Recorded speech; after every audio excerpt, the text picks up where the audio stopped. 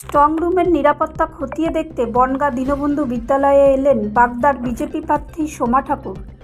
আজকে আমাদের যে কাউন্টিং যেখানে হবে আমাদের আগামী 4 তারিখ স্ট্রং রুম, সেখানে পরিদর্শন করতে এসেছি। সব ঠিকঠাক আছে, সিসিটিভি ক্যামেরা দেখলাম, মোটামুটি সব ঠিক আছে, অসুবিধা নেই। জনগণের রায় রয়েছে সব ওর ভিতরে। আগামী 4 মে রেজাল্ট। না, টেনশন হচ্ছে না, যেহেতু প্রথমবার আমি প্রার্থী হয়েছি, সেটাই নানা রকম অভিজ্ঞতা হচ্ছে। জেতার ব্যাপারে 100% আশাবাদী, শুধু সময়ের উপর। ওরা সবকিছুতে এখন আর কিচ্ছু নেই ওদের।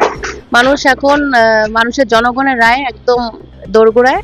ওরা জানে রায় বিজেপির পক্ষেই হবে, তার জন্য ওরা এখন লাস্ট মাধ্যম ওদের এই সিসিটিভি বা আদার্স স্ট্রং রুম নিয়ে ওদের একটা নতুন করে নাটক, আর কিছুই না। আমি ঠিকঠাকই দেখলাম, অসুবিধা নেই।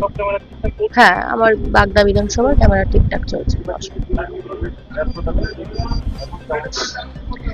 আমি 12 মাসই ব্যস্ততার মধ্যে থাকি। এখনো যারা বাগদার কর্মী সমর্থক যারা রয়েছে দায়িত্বে, তাদের সাথে ফোনের মাধ্যমে কথা হচ্ছে, আলোচনা হচ্ছে আগামী দিনে কিভাবে পদক্ষেপগুলো নেব, এইভাবেই চলছে।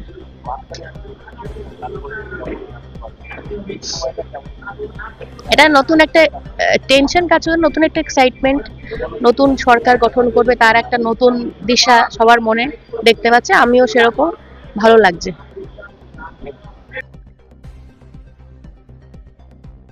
ব্যুরো রিপোর্ট, রাষ্ট্রীয় প্রসার বাংলা।